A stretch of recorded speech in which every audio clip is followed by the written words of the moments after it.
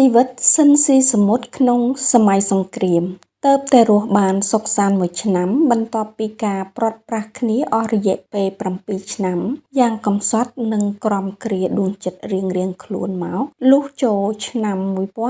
1970ប្រទេសជាតិក៏ចាប់ផ្ដើមមានសង្គ្រាមផ្ទៃក្នុងហែកហួរគ្នាឡើងពោលគឺចាប់តាំងពីសេនាប្រមុខលន់ នល់ធ្វើរដ្ឋប្រហារទម្លាក់សម្ដេចសីហនុពីរាជបល្ល័ង្កនៃរបបសង្គមរាស្ត្រនិយមនៅថ្ងៃទី18មិនិនាឆ្នាំ1970នោះមកភាពស្និទ្ធស្នាលនៅក្នុងរាជវាំងក៏ត្រូវកាត់ផ្ដាច់ហើយមួយរយៈនោះគេមិនសូវឮបទចម្រៀងលោកច្រៀងច្រើនទៀតទេ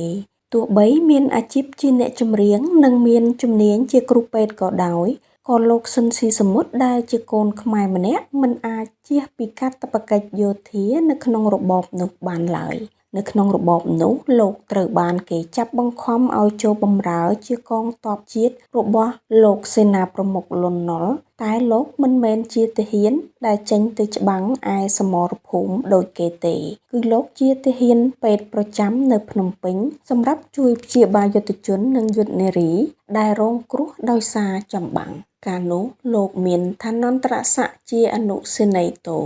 តែទោះលោកត្រូវចូលរួមបំពេញតួនាទីជាទាហានក៏ដោយលោកនៅមានឱកាសថតចម្រៀងថ្មីៗរបស់លោកបានដដែលតែមិនសូវជាថតបានច្រើនដោយកាលជំនាន់សង្គមរាស្ត្រនិយមឡើយហើយបទចម្រៀងដែលលោកថតនៅក្នុងប៉ុន្មានឆ្នាំចុងក្រោយនៃរបបសាធារណរដ្ឋខ្មែរនោះភាគច្រើនជាបទបែបស្នេហាជាតិដូចជាបទភូមិគគីធំវត្តចំពុះក្អែកជំរុំវត្តស្លែងសកុលាបស្រីថ្ងៃ12កក្កដាលាម៉ែចូលធ្វើទាហានលាស្រីទៅច្បាំងអូអក្រាគំនុំ20ឆ្នាំសម្រែកឈាមខ្មែរឡាក់នេះជាអត្ថន័យទាំងស្រុងនៃបទចម្រៀងស្នេហាជាតិមួយចំនួនដែលលោកស៊ិនស៊ីសមុទ្រច្រៀងនៅក្នុងអំឡុងដើមទសវត្សរ៍ឆ្នាំ1970សម័យសាធារណរដ្ឋខ្មែរលន់ នល់បទទី1សម្រែកឈាមខ្មែរដែលមានអត្ថន័យដូចតទៅខ្ញុំស្លាប់ទៅហើយតែព្រលឹងនៅឈាមខ្ញុំស្រែកហៅដាស់អស់កុលបុត្រឲ្យភ្ញាក់ក្រោកឡើងមកជួយប្រយុទ្ធដៃកាន់អាវុធកំចាត់សត្រូវដេញចោលចង្រៃជាតិចោលសួរពូជអាចោលកំហូចវិនាសភ្លាមទៅទឹកដីខ្មែរយើងតពូជកូនចៅដូច្នេះខ្មែរត្រូវខំថែរក្សាសម្រែកឈាមខ្មែរអ្នកស្នេហាជាតិស្រែកហៅម្ដងទៀតអស់ជាតិខេមរាក្រោកឡើងកូនខ្មែរស្រុកស្រែចំការជួយវាយប្រហារចោលបំផ្លាញជាតិកំចាត់ឲ្យអស់ឈាមថោកចង្រៃកុំបង់អង្ដៃភ្លាមតទៅទៀតបើស្លាប់ក្នុងនាមស្មោះត្រង់ស្រង់ជាតិស្លាប់រាប់ដងទៀតរឹតតែប្រសើរបទទី2មានចំណងជើងថាលាម៉ែចូលធ្វើទាហានដែលមានអត្ថន័យដូចតទៅម៉ែឲ្យអាវយ័ន្តកូនពាក់បន់ព្រះដែលមានដេកជះនៅក្នុងភពត្រៃព្រះគ្រូជាសង្ឃប្រទានធម៌ជ័យស្អែកលាម្ដាយថ្លៃចូលធ្វើទាហានពូជខ្មែរឈាមខ្មែរម៉ែចែកឲ្យហ៊ានច្បាំងពុំថយជាជាតិក្លាហានបើខ្មាំងមាននេះកូនស៊ូបដូរប្រានពិតពុំវិលឋានបកក្រោយឡើយណាពេលល្ងាចរៃយំភ្នំពពាលខែស្រណោះដីខ្មែរគេពីដូនតាស្ដេចលក់ឲ្យយាកកងក្បត់ជាតិសាសនាកូនសូមបដិញ្ញាធ្វើសឹកជាងជ័យលាម៉ែចេញច្បាំងតតាំងចាក់កាប់កូនពិតពុំស្លាប់ទេអ្នកម្ដាយថ្លៃខ្មាំងត្រូវហូរឈាមដាប់ពោះដំរីរលាយផែនដីដោយច្បាំងនឹងខ្មែរបទទី3ចំណងជើងថាជំរុំវត្តស្លែងដែលមានអត្ថន័យដូចតទៅជំរុំវត្តស្លែងព្រៃវែងពងទឹកខ្ញុំនឹកមិនភ្លេចអនុស្សាវរីយ៍ស្រមៃឃើញអូនគ្រប់តែនេតិសុបិនញោមញីឃើញតែភ័ក្រថ្លៃជំរុំវត្តស្លែងខ្ញុំរែងស្រណោះបងស្រឡាញ់ស្មោះចំពោះរូបស្រីបងកេងសុបិនមកមើស្រមៃឲ្យបងរំសាយនឹកនាយ៉ាងណាក្នុងនាមយុទ្ធជនការពារទឹកដីកំពុងចាប់ដៃតាមវាយប្រហារ បើសង្គ្រាមចប់ក្រៃមានវាសនាបានជួបជីវ៉ាប្រលឹងស្រីពៅជំរុំវត្តស្លែងកន្លែងយុទ្ធជនបងខំបែបន់ឲ្យឈ្នះសត្រូវឲ្យតបខ្មែរឈ្នះរហ័សឆាប់ទៅវាសនាបើកផ្លូវជួបពៅជាគូបទទី4មានចំណងជើងថាគំនុំជាង20ឆ្នាំជំនន់ជាមិញវាទិញវាចាប់វាបានសម្លាប់ឪពុកម្ដាយខ្ញុំ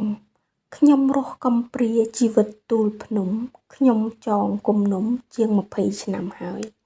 ពេលយល់ភូមិឋានលំអានពុកម៉ែស្រណោះខ្ទមស្រែម៉ែឲ្យផ្លូវកើយឥឡូវភ្នោលោកដីខ្ពស់ទៅហើយអ្នកមានគុណអើយកូនសូមសងឈាមថ្ងៃវែងអន្លាយឆ្ងាយពីភ្នោអ្នករូបកូនបានស្ម័គ្រចូលធ្វើសង្គ្រាមថ្មិញម៉ែចែកឲ្យកូនឆ្លាក់ព្រះនាមតាំងចិត្តព្យាយាមការពារទឹកដីកំបិតស្នៀតឪទុកនៅនឹងខ្ញុំបានសងគំនុំសត្រូវអប្រិយនៅក្នុងសមរភូមិកូនបានជោគជ័យបុត្រកម្ពុជាថ្មីមានសេរីភាពបទបន្ទាប់គឺថ្ងៃ12កក្កដា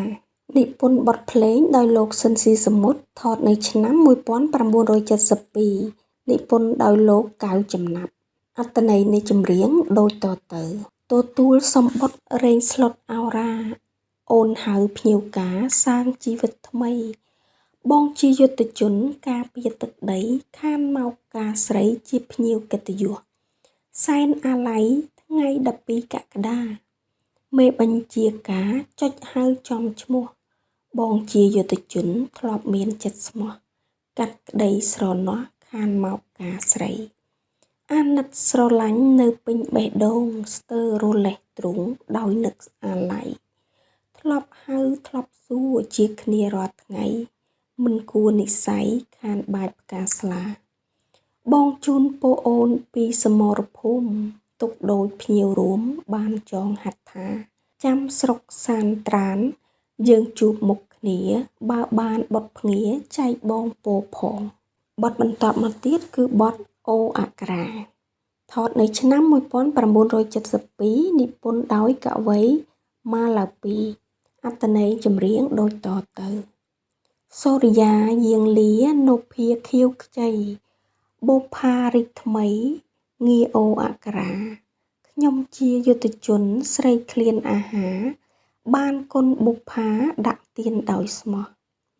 អោអណ្ដូងដៃស្រីថ្លៃទូលក្អមពលតូតូចស្គមក្នុងភាពបុរសអន្តងដួងចិត្តនៅចាំសម្រស់នៅចាំទាំងឈ្មោះនាងអូអក្សរាការស្រីបែនស្រូវបងនៅយាមអូនថ្ងៃកែវភៀសខ្លួនបងដើរការពារចិត្តដល់សូសែនអូនចូលផ្ទះមៀបងក៏សុំលាចូលបន្ទាយទៅអោអូអក្សរាសង្សារកំសត់អោពាក្យសម្បត្តិអោថ្ងៃកាយផ្លូវអោស្រែក្រសាំងធ្លាប់ជួយច្រូតស្រូវដល់គ្រាឥឡូវឆ្ងាយស្មើជើងមេឃបទបន្តមកទៀតគឺបទសកុលាបស្រីអត្ថន័យដូចតទៅនឹកស្មានមិនត្រូវចិត្តពៅដូចភ្លៀងនេះជាចម្រៀងសំនៀងខ្លោចផ្សាអូនធ្លាប់សង្ឃឹមញញឹមសច្ចានឹងបាចផ្កាស្លារៀបការតោងស្បៃ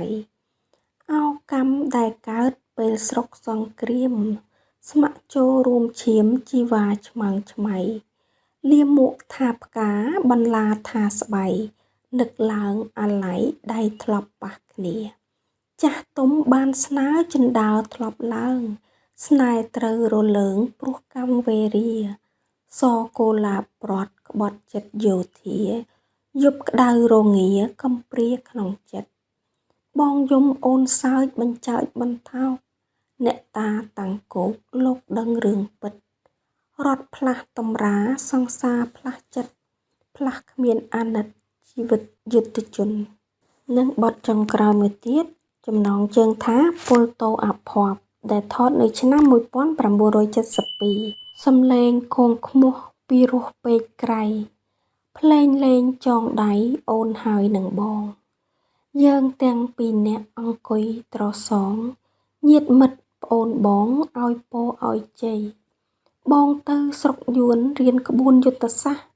បងមកដល់ផ្ទះអូនបែកមានថ្មីអូនយករូបគេជាមន្ត្រីធ្វើម្ដេចរូបប្តីឋានៈពលតូនឹងហើយជីវិតពលតូអភ័ព្វពលតូគ្មានទ្រព្យឲ្យកប់ចិន្តាការបាន3ខែស្រីប្រែសាវ៉ាដូចពាក្យលោកថាហត់ទឹកសម្លឹងកាតែណហើយរឿងនឹងទុកមួយឡែកចុះរឿងស្រីផិតប្រុសជារឿងធម្មតារឿងធំជាងគេគឺជាតិខេមរាលាស្រីសាវ៉ាលាផ្កាអស់ក្លិនចំណែកស្នាដៃផ្សេងទៀតគេនៅចាំបានទៀតថានៅក្នុងកំឡុងឆ្នាំ1972ឬដើមឆ្នាំ1973លោកស៊ិនស៊ីសមុតបាននិពន្ធខ្សែភាពយន្តមួយរឿងដ៏ល្បីល្បាញ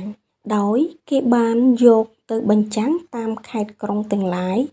នៅសម័យសាធារណរដ្ឋនោះហើយត្រូវបានអ្នកនិយមទស្សនាខ្សែភាពយន្តខ្មែរទាំងឡាយនាំគ្នាទៅមើលយ៉ាងភ្លុកទឹកភ្លុកដីព្រមទាំងកោតសរសើរនៅស្នាដៃនិពន្ធនិងដឹកនាំរឿងរបស់លោកទៀតផងដែលខ្សែភាពយន្តនោះមានចំណងជើងថាចម្រៀងឥតព្រៀងទុកហើយលោកថែមទាំងនិពន្ធចម្រៀង3បទសម្រាប់បញ្ចូលទៅក្នុងសាច់រឿងនោះផងដែរទី1គឺបទព្រិលភ្នែកអស់ហើយដែលបទនេះលោកជាអ្នកច្រៀងម្នាក់ឯង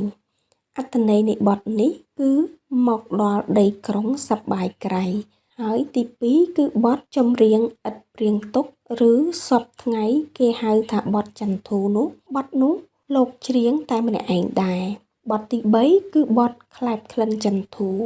បទនេះលោកច្រៀងឆ្លើយឆ្លងជាមួយអ្នកនាងរស់សេរីសុទ្ធាហើយបទទី4គឺចដหมายមកជ្រាបបទនេះច្រៀងដោយអ្នកនាងរស់សេរីសុទ្ធាម្នាក់ឯងហើយមូលហេតុដែលធ្វើឲ្យខ្សែភាពយន្តនេះមានភាពទាក់ទាញអ្នកទស្សនាដ៏កុះករនោះគឺមូលហេតុមាន2យ៉ាងទី1គឺដោយសាររឿងនេះចូលរួមសម្ដែងដោយអ្នកនាងរស់សេរីសុទ្ធាដែលជារាជិនីសម្លេងរណ្ដំបេះដូងហើយជាដៃគូចម្រៀងជាមួយលោកស៊ិនស៊ីសមុទ្រនោះហើយរួមមានតួឯកភាពយន្តអាជីពដ៏ល្បីពីររូបទៀតគឺលោកជាយុទ្ធថននិងអ្នកនាងទឹកវិជ្ជរាដានីលោកហ៊ុយសាន់និងតន្ត្រីករល្បីៗមួយចំនួនទៀតដូចជាលោកហាសឡនទី2អ្វីដែលធ្វើឲ្យខ្សែភាពយន្តនេះទាក់ទាញនោះគឺពេលខ្សែភាពយន្តយកទៅចាក់បញ្ចាំងនៅរោងណាហើយមនុស្សម្នាទាំងឡាយតែងតែចង់ដឹងនិងចង់ឃើញអ្នកនាងរស់សេរីសុទ្ធាសម្ដែងនៅក្នុងរឿងនោះព្រោះពួកគេធ្លាប់តែដឹងថាអ្នកស្រីរស់សេរីសុទ្ធាពីដើមគ្រាន់តែជាអ្នកចម្រៀងប៉ុណ្ណោះលុះពេលដើរជាតួកុនតើសម្ដែងបានល្អឬយ៉ាងណាម្យ៉ាងខ្សែភាពយន្តចម្រៀងឥតព្រៀងទុកនេះមិនបានចម្លងចេញជាខ្សែឬថតចម្លងច្រើនហ្វីលទេគឺប្រហែលមានតែមួយដុំគត់ហើយបើសិនជារឿងនេះត្រូវបានទៅបញ្ចាំងនៅរោងណាឬខេត្តណាក្រុមតន្ត្រីលោកស៊ិនស៊ីសមុទ្រតែងទៅប្រគំកំដរមុន1ម៉ោងជានិច្ចដោយមានអ្នកចម្រៀងល្បីៗទៅច្រៀងផងដូចជាលោកវ៉ាសូវីអ្នកនាងរស់សេរីសុទ្ធាអ្នកស្រីសៀងវណ្ណធីនិងតន្ត្រីករល្បីៗមួយចំនួនទៀតប៉ុន្តែលោកស៊ិនស៊ីសមុទ្រមិនបានទៅច្រៀងគ្រប់កម្មវិធីទេដោយសារលោកមានធុរៈច្រើនឯអ្នកទស្សនាខ្លះសោកស្ដាយមួយចំណុចចំពោះការថតរឿងនេះគឺពួកគេស្ដាយត្រង់ថាខ្សែភាពយន្តនេះបើសិនជាលោកស៊ិនស៊ីសមុទ្រចូលរួមសម្ដែងដែរមិនដឹងកាន់តែទាក់ទាញយ៉ាងណានោះទេហើយអ្នកជំនាន់ក្រោយក៏ប្រហែលជាមានវាសនាឃើញរូបភាពលោកពិតមិនខានមិនមែនឃើញតែតាមរូបថតលើថាសចម្រៀងប៉ុណ្ណោះទេហើយរូបនោះទៀតសោតសឹងតែជារូបគូទាំងអស់ឯរូបថតពិតនោះកម្រនឹងប្រទះណាស់មែនបើសិនជាលោកបានចូលរួមសម្ដែងក្នុងរឿងនោះមែនច្បាស់ជាប្រសើរណាស់ហើយប្រជាជនខ្មែរសម័យនោះច្បាស់ជាចង់ដឹងនិងចង់ឃើញទេពកោសល្យនិងរូបរាងលោកពិតនោះយ៉ាងកុះករមិនខាននៅសម័យសាធារណរដ្ឋខ្មែរដែលគ្រប់គ្រងដោយសេនាប្រមុខលន់នល់ហើយសម្បូរដោយផ្សែងរំសេវនិងភាពនិយមឆ្ងាញ់នឹងធ្វើសង្គ្រាមកាប់សម្លាប់គ្នាដើម្បីដណ្ដើមអំណាចរបស់អ្នកនយោបាយនោះប្រជាជនខ្មែរមួយចំនួនធំបាននាំគ្នាភៀសខ្លួនទៅប្រទេសក្រៅជាបណ្ដើរ ព្រោះពួកគេមិនទុកចិត្តថាទាហានសេនាប្រមុខលន់ នល់អាចនឹងយកឈ្នះទាហានខ្មែរក្រហមដែលគាំទ្រដោយប្រទេសចិនកុម្មុយនីសបានយ៉ាងណាឡើយ ចំពោះគ្រួសារលោកស៊ិនស៊ីសមុទ្រឬលោកស៊ិនស៊ីសមុទ្រផ្ទាល់ពេលនោះបើសិនជាមានបំណងចាក់ចេញទៅបរទេសពិតជាអាចបានហើយប្រហែលជាគេអាចមានវាសនាឃើញមុខលោកនាពេលសប្តាហ៍ថ្ងៃនេះទៀតផងតែហេតុអីបានជាលោកមិនភៀសខ្លួនតើមិត្តអ្នកអានជ្រាបទេថាតើលោកមានទស្សនៈបែបណាបានជាលោកមិនព្រមចេញទៅប្រទេសក្រៅនោះរឿងនេះលោកស៊ិនស៊ីឆាយាបានប្រាប់ទស្សនាវដ្តីឥន្ទ្រទេវីថានៅក្នុងឆ្នាំ1973ដល់1974ដែលសង្គ្រាមនៅក្នុងស្រុកកាន់តែរីករាលដាលធំឡើងនោះព្រះមហាក្សត្រថៃបានទាក់ទាញលោកឲ្យទៅរស់នៅប្រទេសថៃដែរហើយព្រះអង្គនឹងធានាចិញ្ចឹមមួយគ្រួសារទាំងមូលផងឲ្យតែលោកព្រមទៅច្រៀងនិងរស់នៅទីនោះតែលោកស៊ិនស៊ីសមុទ្របានប្រកែកដាច់ខាតថានឹងមិនព្រមទៅឡើយដោយលោកមានប្រសាសន៍ថាលោកមិនលក់ក្បាលឲ្យបរទេសណាទេលោកសុខចិត្តស្លាប់នៅទឹកដីមាតុភូមិកំណើតនិងស៊ូរងទុក្ខលំបាកជាមួយជនរួមជាតិឈាមខ្មែរគ្រប់គ្រួសារទាំងអស់សម្ដីទាំងអស់របស់លោកនេះគឺជាពាក្យពេចន៍ប្រកបដោយគតិបណ្ឌិតជាតិនិយមថ្លៃថ្នូរដែលគួរតែត្រូវបានលើកតម្កើងពីសំណាក់ខ្មែរគ្រប់រូបប៉ុន្តែមកដល់ពេលនេះជិត40ឆ្នាំហើយវិញ្ញាណក្ខន្ធរបស់លោកមិនតាន់ត្រូវរកយុត្តិធម៌ពីប្រទេសជាតិបានឡើយពិតជាគួរឲ្យសោកស្ដាយជំនួសលោកនិងគ្រួសារលោកណាស់ហើយក្រោយមកនៅថ្ងៃទី17មេសាឆ្នាំ1975គ្រោះថ្នាក់របស់លោកស៊ិនស៊ីសមុទ្រនិងប្រទេសជាតិទាំងមូលក៏ឈានចូលមកដល់គឺពេលនោះប្រទេសជាតិត្រូវធ្លាក់ទៅក្នុងកណ្ដាប់ដៃបិសាចប៉ុលពតធ្វើឲ្យស្ថានភាពនគរខ្មែរប្រែប្រួលមកដល់ចំណុចមួយដែលស្មានមិនដល់ទាហានសេនាប្រមុខលន់ នល់បាក់ទ័ពរត់អស់ពួកខ្មែរក្រហមបានចូលមកពេញប្រទេសហើយគ្រប់គ្រងប្រទេសដោយរបបយង់ឃ្នងបំផុត